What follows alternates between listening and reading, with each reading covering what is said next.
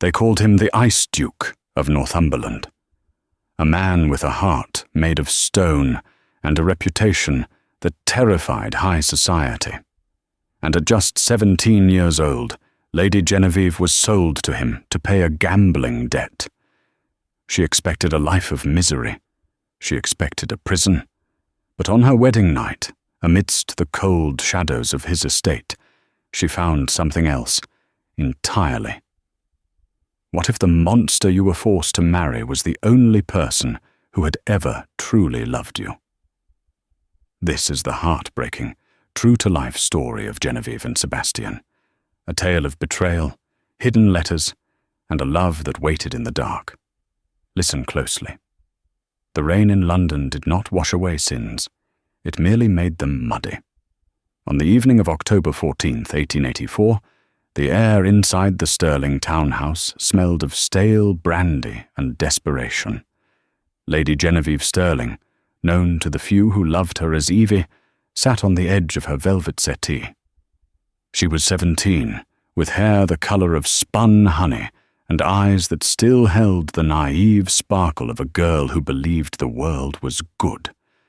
That sparkle was about to be extinguished. Across from her sat her father, Baron Arthur Stirling. He refused to meet her gaze. He was trembling, his hands clasping a glass of scotch, so tightly his knuckles were white. "It is done, Evie," Arthur whispered, his voice cracking. "The papers are signed." Genevieve felt a cold knot tighten in her stomach. "What papers, father? You said the creditors gave us until Christmas." "Not the creditors," Arthur choked out. "The Duke, Sebastian Thorne." The name sucked the air out of the room. Sebastian Thorne, the Duke of Ashbourne. He was a man woven from nightmares and gossip.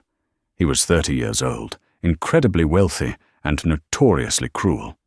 Society whispered that he had been scarred in the colonial wars, that he lived in a drafty fortress in the north, and that he despised company. He was a recluse, a cold, unfeeling statue of a man. "The Duke of Ashbourne?" Genevieve stood up, her hands shaking. "Father, why are you speaking of him?" "He purchased my debt, Genevieve, all of it. The gambling notes, the mortgage on this house, the lien on the country estate. £40,000. Arthur finally looked at her, tears streaming down his red, blotchy face. He forgave the debt, on one condition.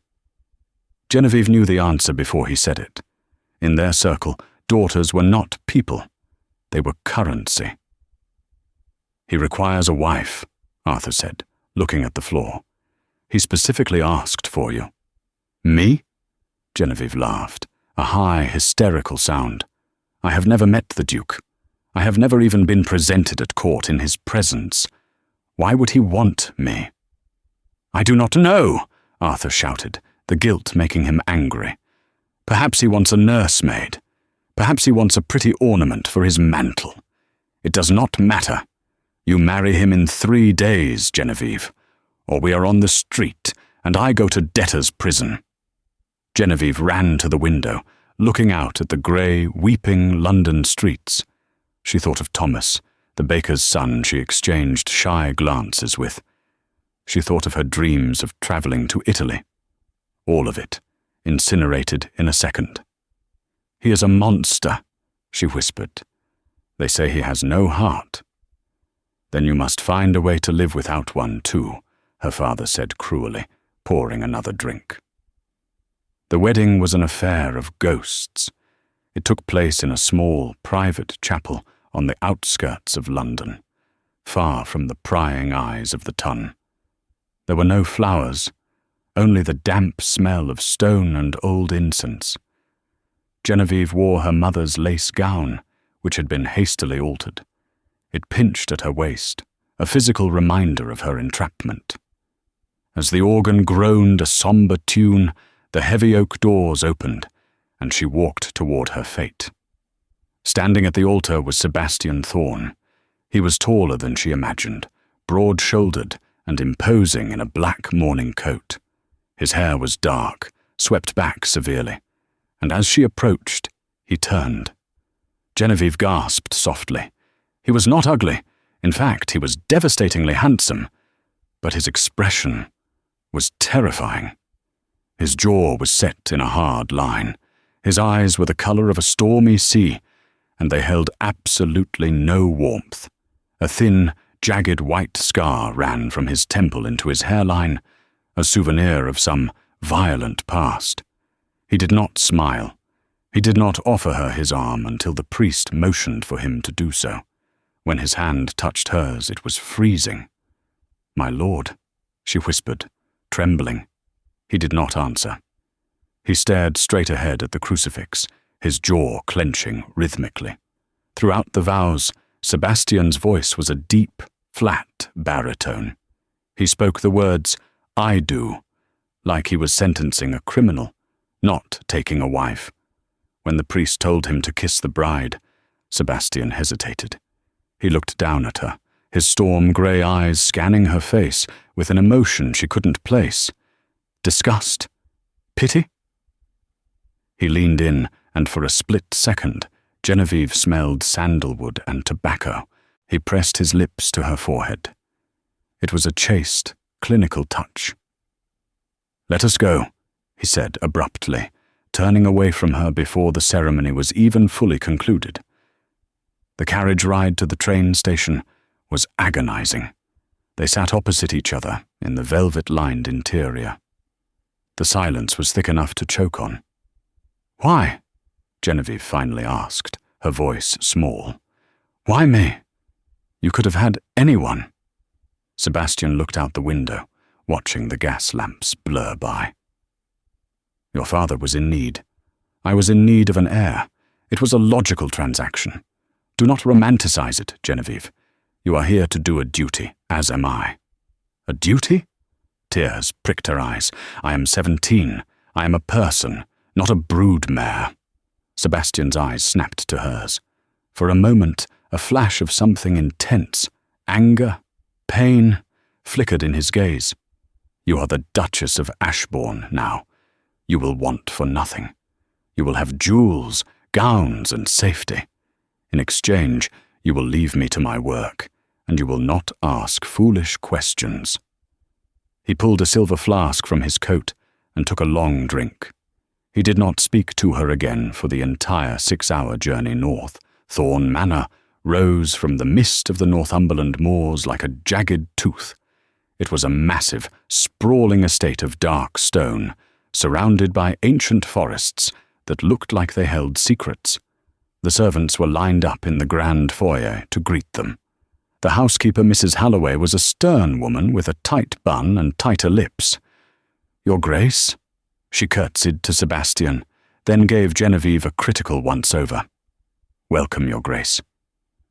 "Show her Grace to the East Wing," Sebastian commanded, handing his coat to a footman. "I will be in my study. Do not disturb me." "But dinner?" Genevieve asked, stepping forward. "Surely we should eat together on our first night." Sebastian paused at the door of his study. He didn't turn around. "I dine alone. Mrs. Halloway will see to your needs." The door slammed shut. The echo rang through the cold hall like a gunshot. The first month was a study in isolation. Genevieve learned the geography of her prison. The East Wing was beautiful, filled with silks and French furniture. But it was lonely.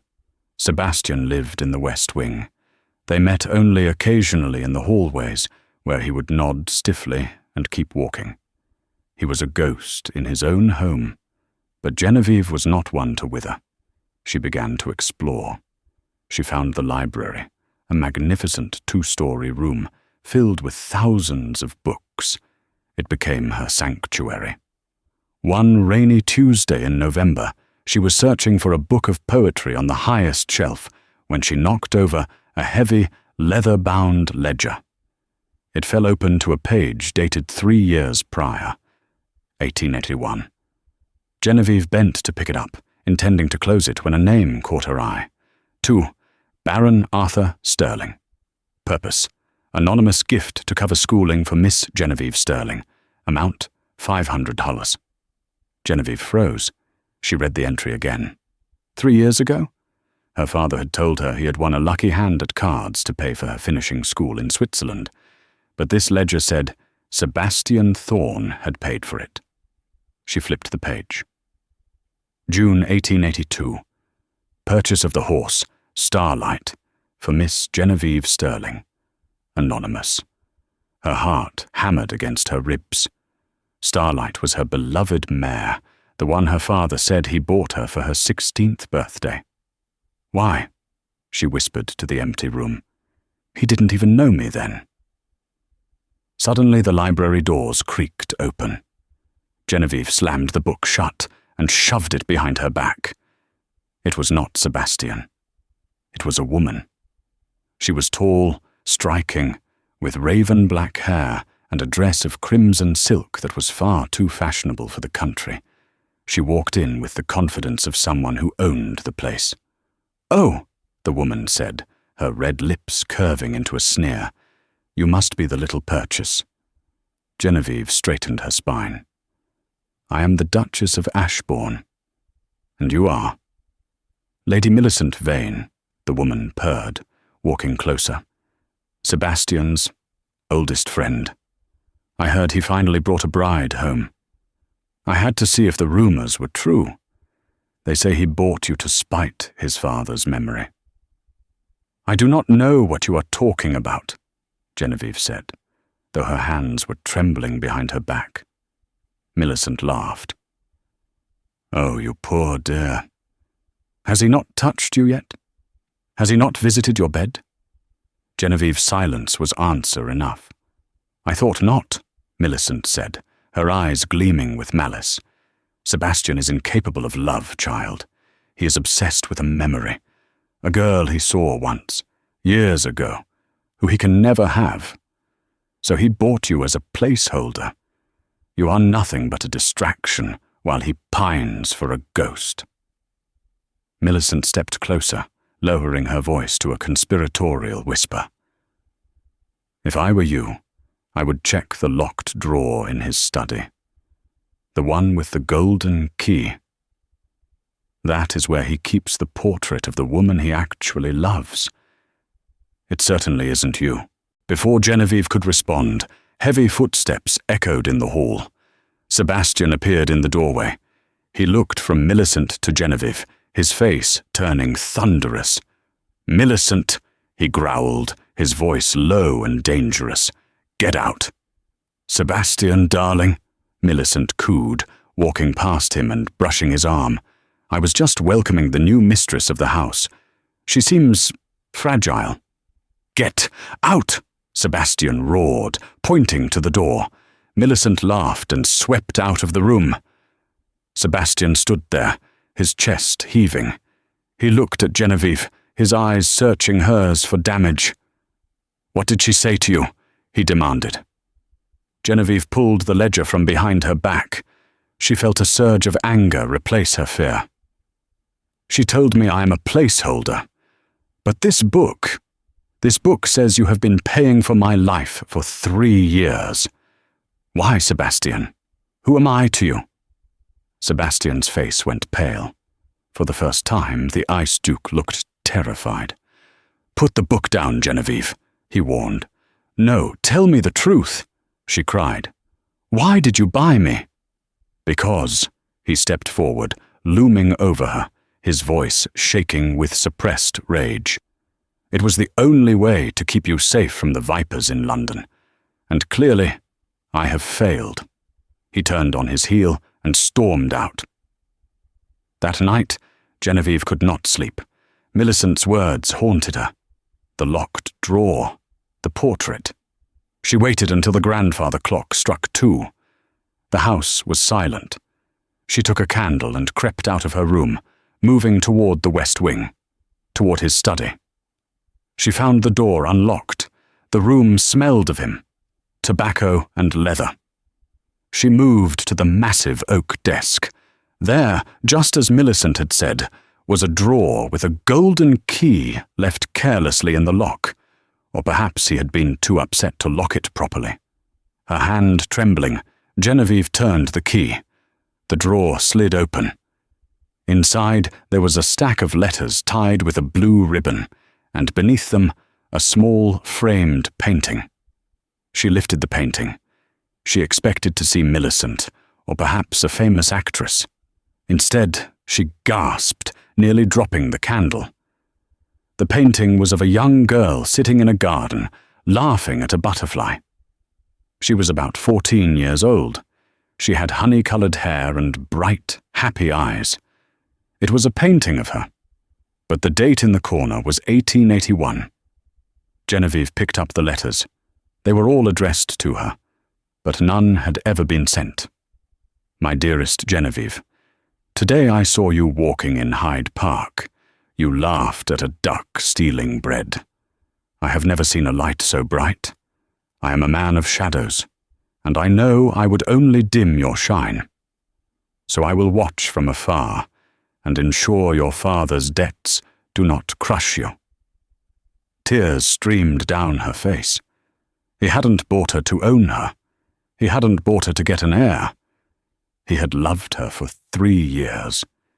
He had been her guardian angel in the dark, protecting her from poverty, paying for her horse, her school, her home, and he had married her because her father was about to lose everything, and Sebastian knew it was the only way to save her reputation. But why was he so cold? Why did he refuse to touch her? "What are you doing?" The voice came from the shadows of the room. Genevieve spun around. Sebastian stood there, wearing only his sleeping breeches. His scar looked stark in the candlelight. He looked broken. "I told you not to look," he whispered. The silence in the study was heavier than the oak desk between them.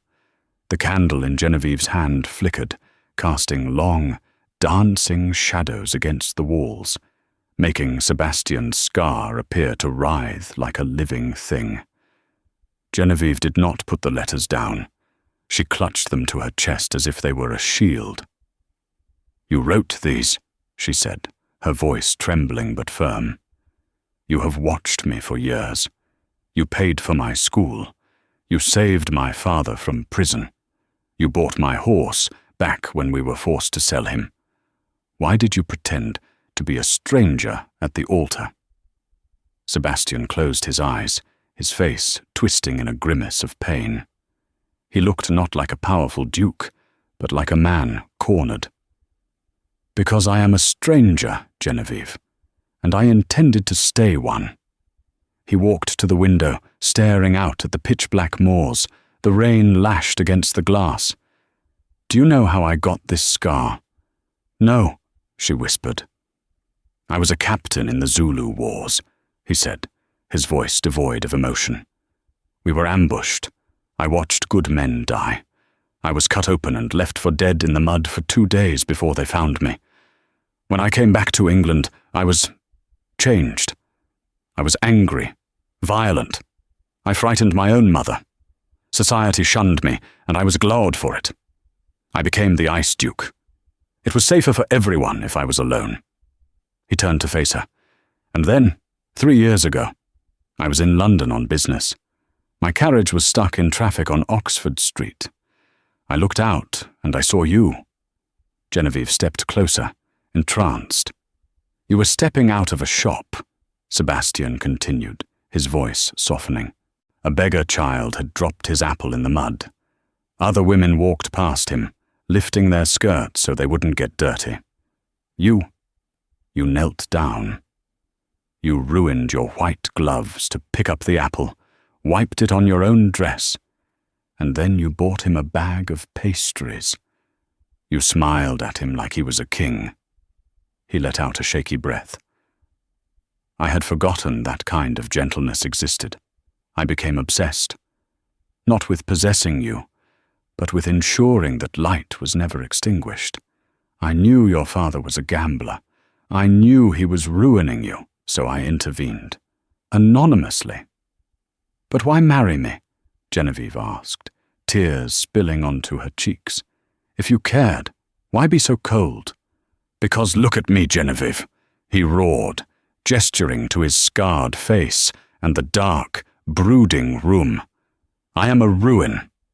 I am 10 years older than you, cynical, damaged, and hated by half of England. If I had courted you properly, you would have been mocked. You would have been tied to the monster of Ashbourne.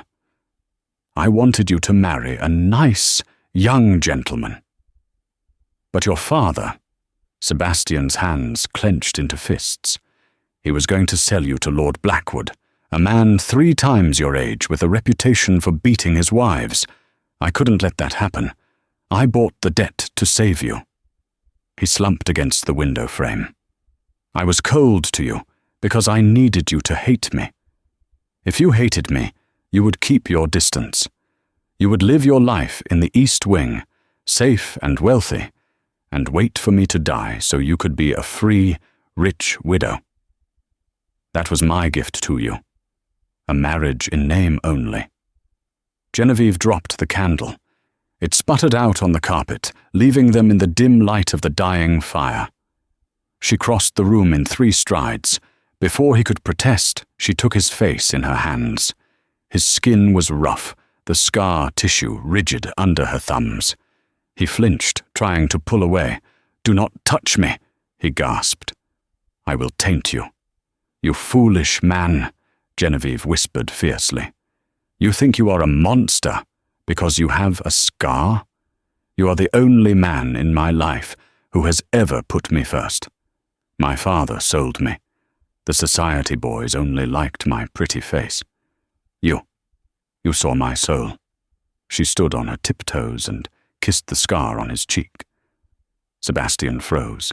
His whole body went rigid, shaking with the effort of holding back. A low sound, half sob, half groan, escaped his throat. "Evie," he breathed, using her nickname for the first time. "I do not want a widow's life," she said, looking deep into his stormy eyes. "I want a husband. I want you." The dam broke. Sebastian wrapped his arms around her, pulling her into him with a desperation that nearly crushed her ribs. He buried his face in her neck, inhaling her scent, shaking uncontrollably. It was not a kiss of lust, but of salvation. He held her as if she were the only solid thing in a dissolving world. That night, the Ice Duke didn't sleep alone. And for the first time in 10 years, the nightmares didn't come. November turned to December, and Thorne Manor began to change. The gloomy drapes were pulled open, fires roared in every hearth. Laughter, alien to the stone walls for a decade, echoed in the hallways. The servants were baffled. The terrifying Duke was seen walking in the frost-covered gardens with his young wife, his hand resting possessively on the small of her back. He smiled, rarely, but it was there. However, happiness in high society is like blood in the water. It attracts sharks. The annual Ashbourne Winter Ball was a tradition Sebastian had ignored for years, but Genevieve insisted on hosting it. She wanted to show the county that her husband was not a monster. "Are you sure?" Sebastian asked one morning, tracing the line of her jaw with his thumb. "They are vipers, Evie. They will come only to gossip." "Let them come," she smiled. "I want them to see us." The invitations were sent, and on the night of December 20th, the carriages arrived. The ballroom was resplendent. Chandeliers dripped with crystal, and holly garlands decked the halls. Genevieve wore a gown of emerald green velvet, diamonds sparkling at her throat, a gift from Sebastian that morning. The local gentry arrived, looking skeptical, but the star of the chaos was Lady Millicent Vane. She arrived late, wearing a dress of scandalous crimson that clashed with the holiday decor. She swept in with a retinue of sycophants, including the local magistrate, a corrupt, portly man named Silas Crowley. "Sebastian," Millicent cried, ignoring Genevieve completely. "You look domesticated." "I am happy, Millicent," Sebastian said coolly, his arm linked tight with Genevieve's. "A concept you might find foreign." Millicent's eyes narrowed into slits. "We shall see how long it lasts." The night seemed to go perfectly. Sebastian danced with Genevieve, a waltz that left the room whispering. He looked at her with such naked adoration that the rumors of his cruelty began to evaporate on the spot. Around midnight, Sebastian went to the sidelines to speak with Magistrate Crowley about property lines. Genevieve was occupied by the vicar's wife. A waiter passed with a tray of champagne. Millicent intercepted him. With a sleight of hand, practiced in the dark corners of London parlours, she slipped a small pinch of white powder into a crystal flute. She signalled the waiter. "For the Duke. He looks parched." The waiter bowed and carried the glass to Sebastian. Genevieve, watching from across the room, felt a sudden, inexplicable chill. She saw Sebastian take the glass. She saw him raise it to Crowley in a toast. "Sebastian!" she called out, though she didn't know why. He looked at her and smiled, then took a long swallow of the wine. 3 seconds later, the glass shattered on the floor. Sebastian clutched his throat. His face turned a violent shade of red, then purple. He gasped, his eyes bulging, and collapsed onto the marble floor with a sickening thud. "Sebastian!" Genevieve screamed, tearing across the room. The music stopped. The guests gasped. Genevieve fell to her knees beside him. He was convulsing, foam gathering at the corners of his mouth. "Help him! Someone help him!" she shrieked. Dr. Aldridge, the town physician, rushed forward. He checked Sebastian's pulse and pried open his eyelids. "He has been poisoned," Aldridge announced, his voice echoing in the silent hall. "Arsenic, by the look of it. Massive dose." "He's not breathing!" Genevieve cried, tearing at his cravat to give him air. "Do something!" "Step away from him!" The voice boomed from above. It was Magistrate Crowley. He signalled to 2 burly constables standing by the door. "Arrest her!" Crowley pointed a fat finger at Genevieve. "What?" Genevieve looked up, bewildered, her hands stained with the wine Sebastian had spilled. "Me, I am trying to save him." "A likely story." Millicent Vane stepped forward, her face a mask of faux horror. "I saw you, Genevieve. I saw you arguing with him earlier near the drinks. You were angry about his will, weren't you? You wanted the money without the man, just as your father taught you." "That is a lie," Genevieve screamed, clinging to Sebastian's unconscious body. "I love him. Sebastian, wake up. Tell them." But Sebastian lay still as a stone, his skin turning grey. "Search her chambers," Crowley barked. Mrs. Halloway, the housekeeper, looked terrified, but led the constables away. 10 minutes passed in agonizing tension, while Dr. Aldridge worked to keep Sebastian's heart beating. Genevieve was held back by a guard, sobbing, begging to hold his hand. The constables returned. One of them held up a small, blue glass bottle. "Found this hidden in her Grace's vanity drawer," the constable said. "It's arsenic, sir. Half empty." Genevieve felt the world spin. "I have never seen that bottle in my life. Someone planted it." Millicent walked over to Genevieve, leaning in close so only she could hear. "I told you, darling, he belongs to me, or he belongs to the grave, but he will never belong to you." Millicent straightened up and shouted to the room. "She is a murderess. Her father is a bankrupt swindler, and she is a gold digger who killed a war hero." The crowd, fickle and eager for scandal, murmured in agreement. "The apple doesn't fall far from the tree," they whispered. "Poor Duke." "Take her away," Magistrate Crowley commanded. "Lock her in the tower cell until the High Court arrives. If the Duke dies tonight, she hangs by morning." "No! Sebastian!" Genevieve screamed as the guards dragged her backward. She watched Dr. Aldridge shaking his head over Sebastian's body. She watched Millicent smirk, placing a possessive hand on Sebastian's shoulder as if comforting him. The heavy doors of the ballroom slammed shut, sealing Genevieve's fate. She was thrown into a cold, stone cell in the basement of the local jail. It smelled of mold and despair. She huddled in the corner, her emerald dress ruined by the filth of the floor. She didn't cry for herself. She cried for Sebastian. He was finally happy, she thought, rocking back and forth. We were finally happy. Hours passed. The moon rose high and cold. Genevieve prayed until her throat was raw. Just before dawn, the heavy iron door of her cell creaked open. Genevieve looked up, expecting the hangman. Instead, a figure stepped into the dim light. It was not a guard. It was Arthur Sterling, her father. He looked older, more haggard than when she had last seen him in London. He wore a travel-stained coat and held a lantern. "Father," she whispered, "are you here to help me?" Arthur looked at her, his eyes shifting nervously. He didn't unlock the gate. He stood on the other side of the bars. "I am sorry, Evie," he said, his voice trembling. "I really am.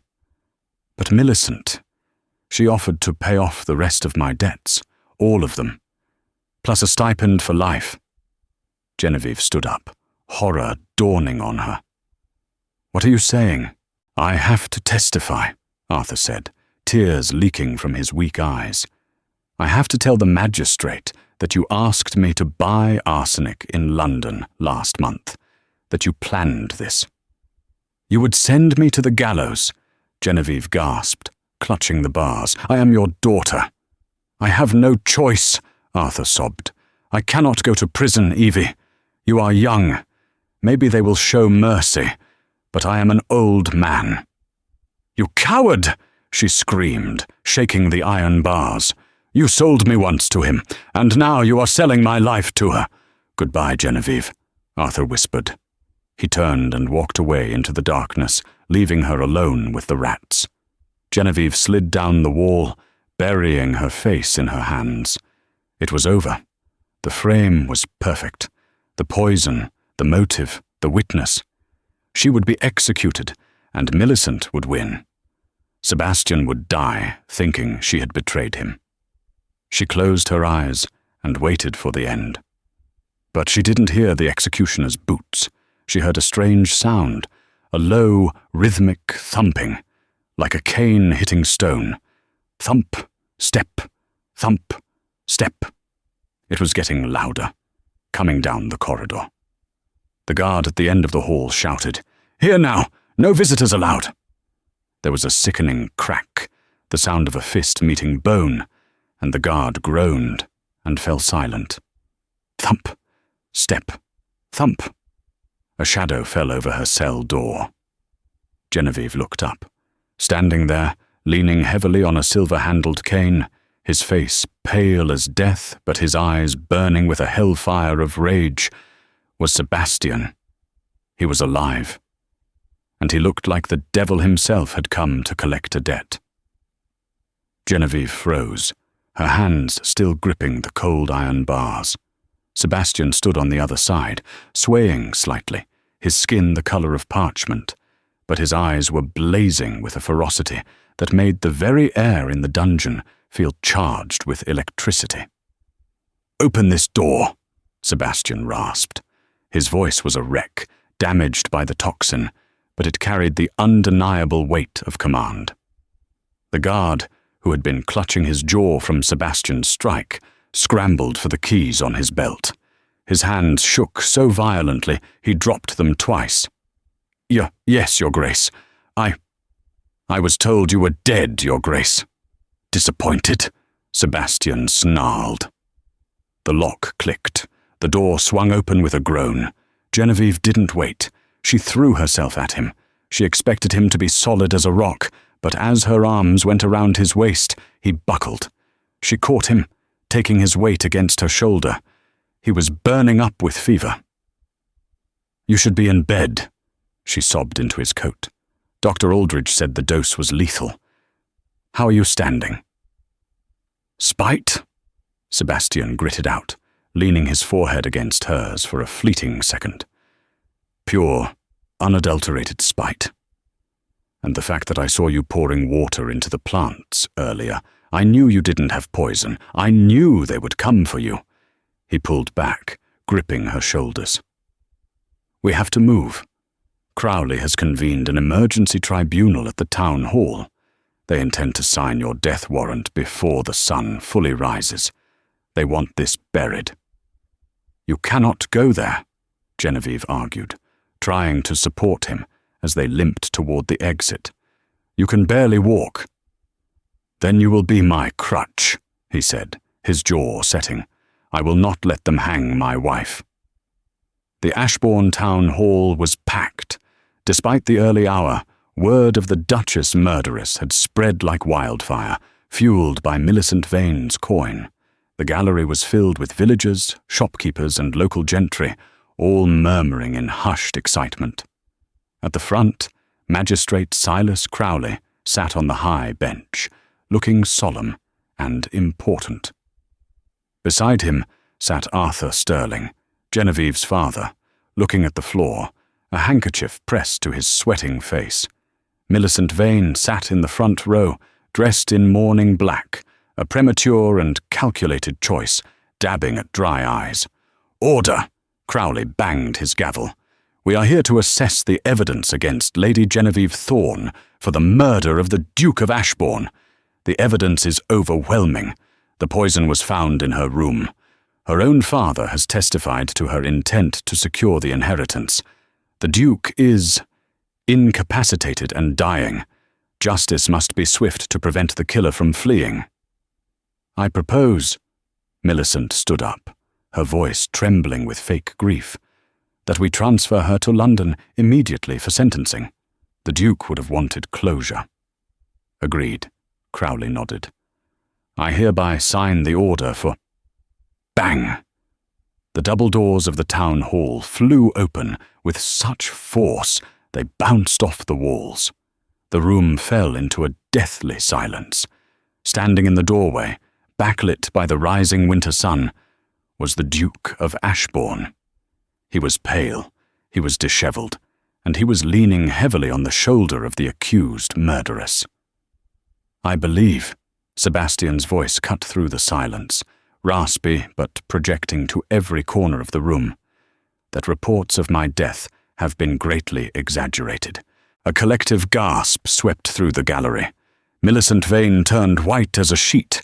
She slumped back into her chair, her hand flying to her throat. Crowley dropped his gavel. Your Grace! But the doctor said... The doctor! Sebastian interrupted, limping down the centre aisle with Genevieve supporting him, is a competent man. But he underestimated my constitution, and he underestimated my rage. They reached the front of the room. Sebastian pushed himself off Genevieve and stood tall, gripping the railing of the witness box to keep upright. He looked like a vengeful god. You were about to sentence my wife? Sebastian asked softly, dangerously. My lord, Crowley stammered, sweat pouring down his face. The evidence, the poison in her vanity, her father's testimony. We were only doing our duty. Your duty? Sebastian laughed, a harsh, dry sound. Let us speak of duty. He turned to the gallery. Last night I tasted the arsenic the moment it touched my tongue.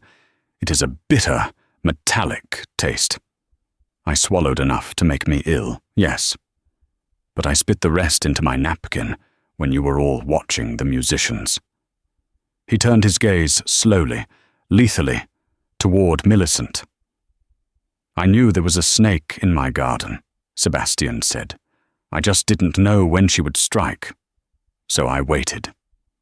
Sebastian, darling, Millicent stood up, trying to recover her composure. You are delirious. We found the bottle in her room. Did you? Sebastian reached into his pocket. He pulled out a piece of paper. It was crumpled and stained. My valet found this in the kitchen fireplace this morning, partially burned but legible. He held it up. It is a receipt from a chemist in London, dated 3 days ago, for 2 ounces of arsenic, signed by Lady Millicent Vane." The crowd erupted. Shouts of anger and shock filled the air. Millicent shrieked, "That is a forgery! He is lying to protect her!" "And the waiter?" Sebastian pointed to the back of the room.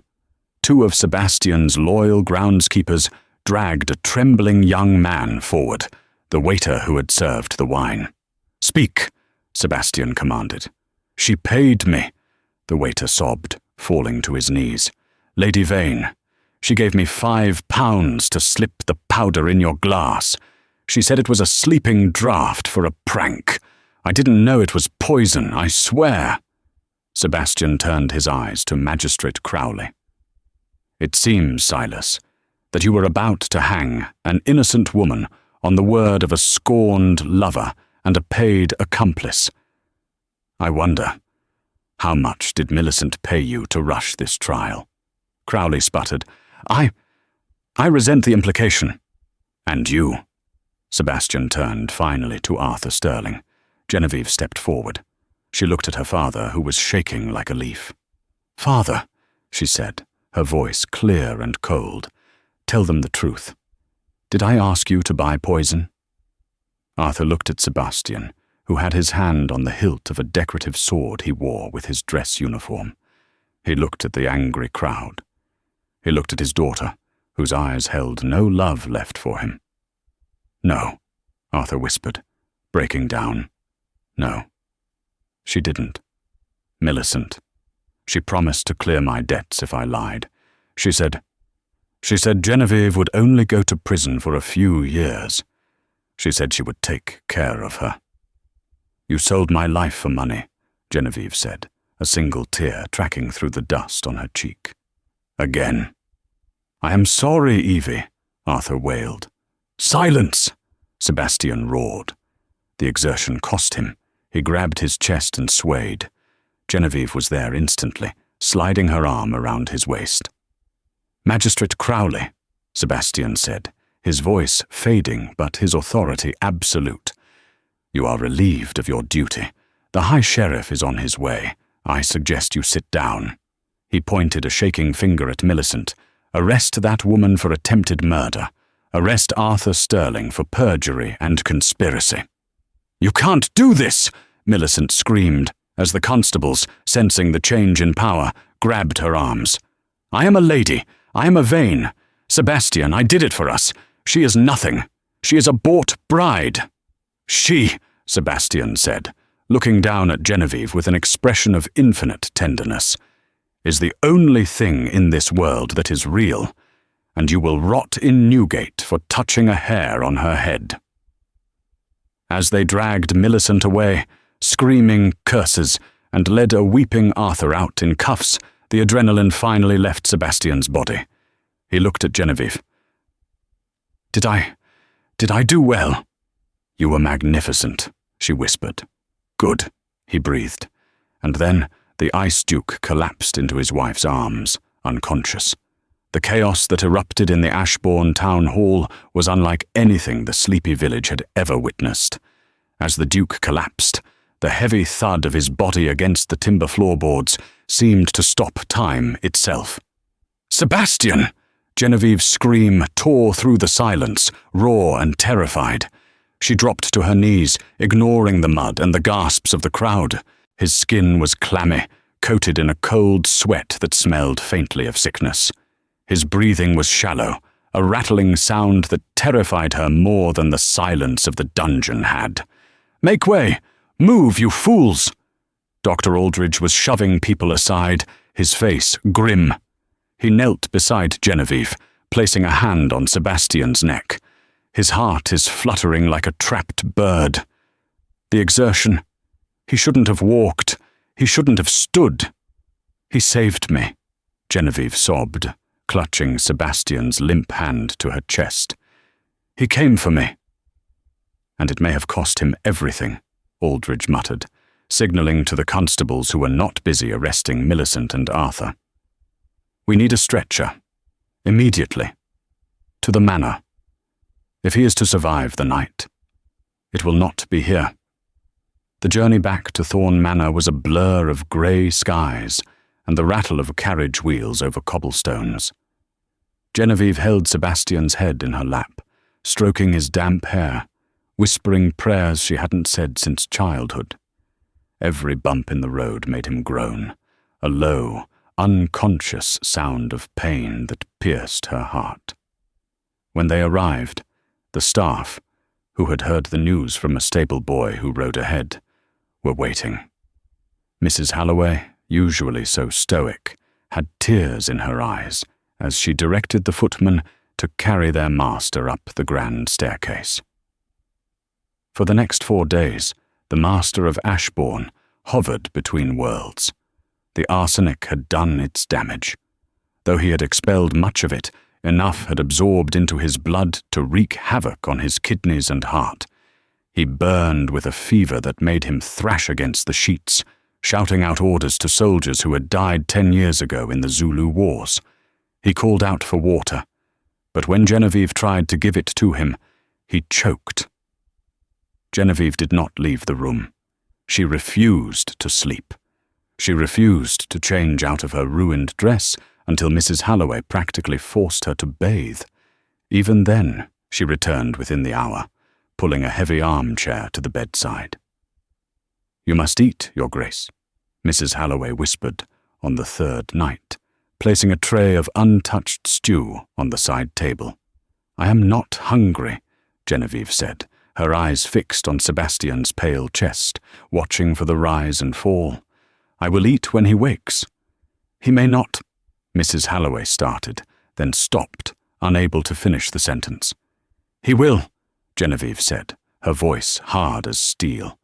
"He did not survive a war and a poisoning to die in his bed because of a woman like Millicent Vane. He is too stubborn for that." As if hearing her challenge, Sebastian's breathing hitched. He fell into a deep, quiet sleep that lasted another 20 hours.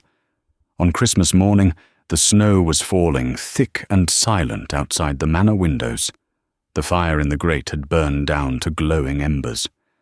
Genevieve had finally succumbed to exhaustion, her head resting on the mattress near his hand. She was dreaming of the library, of the letters she had found. She felt a movement, a slight twitch of fingers against her cheek. She woke with a start. Sebastian was looking at her. His eyes were sunken, surrounded by dark bruises of fatigue, but they were open, and they were clear. The fever haze was gone. "You." His voice was a wreck, barely a whisper, like dry leaves scraping together. "Hush," she said, tears instantly springing to her eyes. She grabbed the cup of water and held it to his lips. "Drink." Slowly. He took a sip, wincing as he swallowed.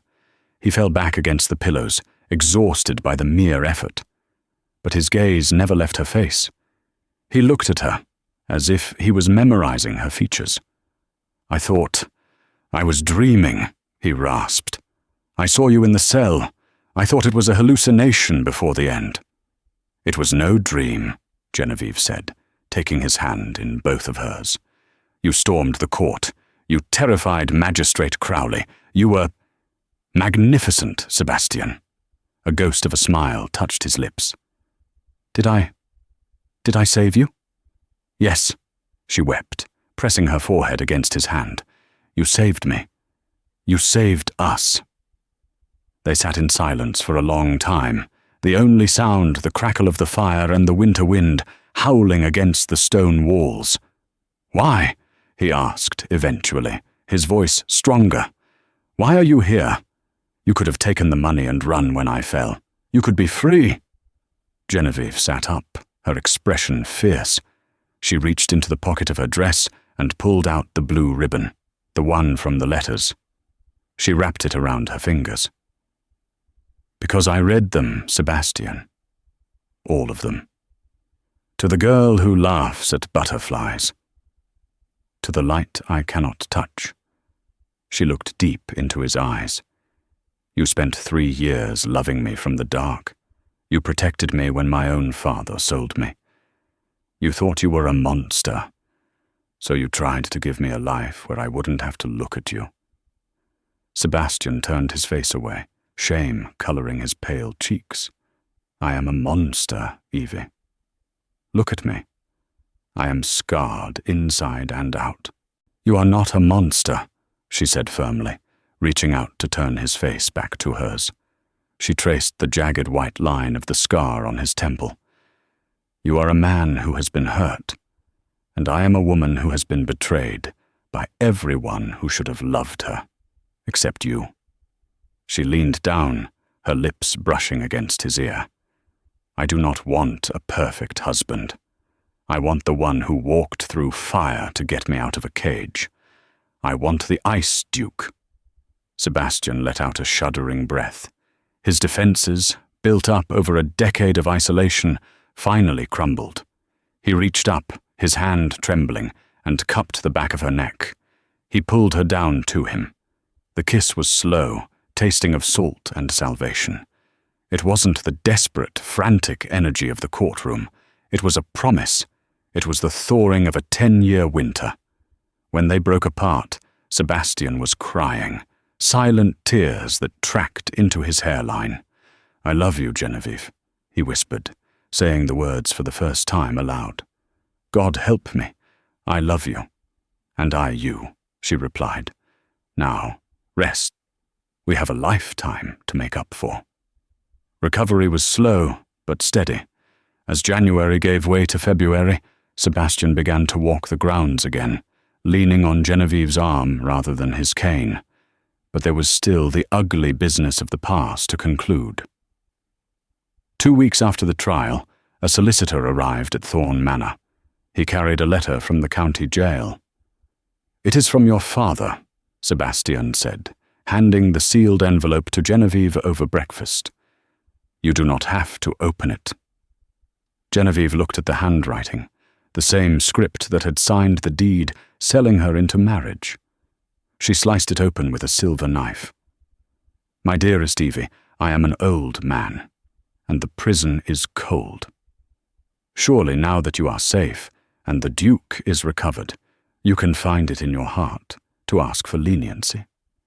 I only did what I did to survive. Millicent is a witch. She bewitched me. Send money, Evie. I need a good lawyer. I am your father. Genevieve read it twice. Her face remained impassive. She walked to the fireplace and tossed the letter into the flames. She watched the paper curl and blacken, the words turning to ash. What shall I tell the solicitor? Sebastian asked, watching her carefully. Tell him, Genevieve said, turning to face her husband, that the Duke has already been generous enough to purchase a third-class ticket on a transport ship to Australia. If Arthur Sterling survives the journey, he may start a new life there.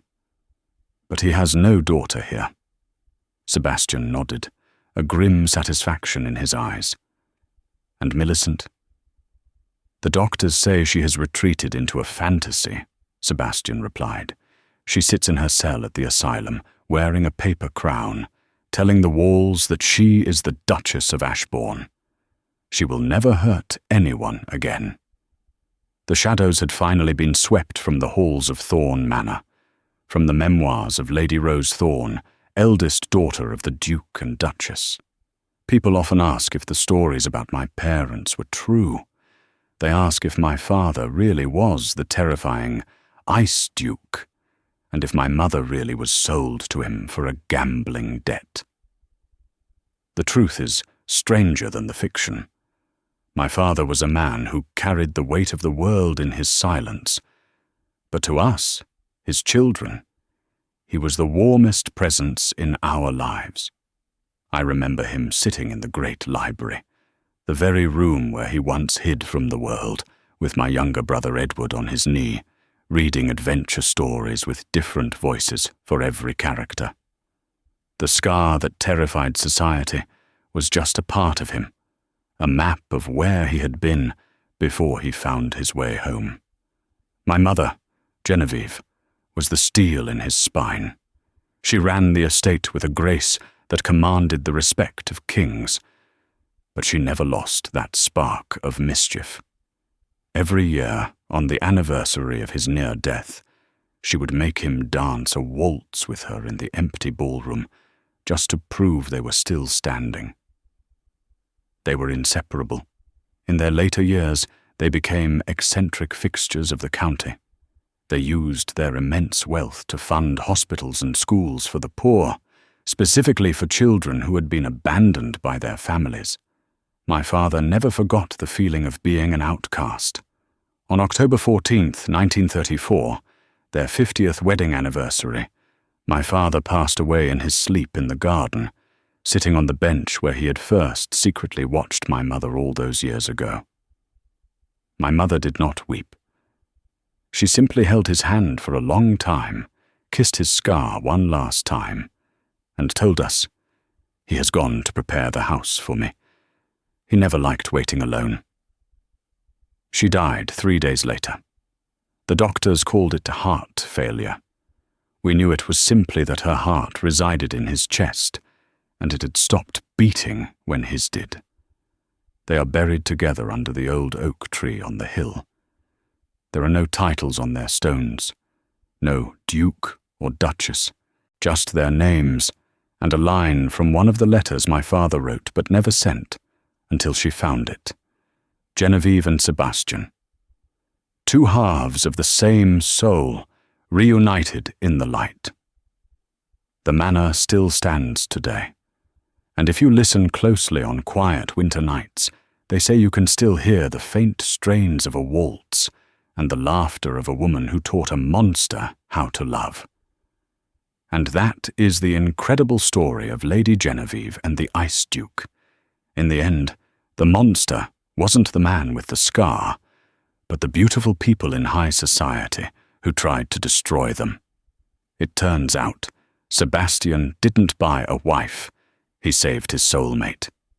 If this story touched your heart, or if you think Arthur Sterling got off too easy, let me know in the comments below. I read every single one. Please, do me a huge favor. Hit that like button to help this story reach more people, and subscribe so you don't miss next week's saga. We have a story coming up about a maid who inherits a kingdom. You won't want to miss it. Thanks for watching, and remember, true love is worth fighting for.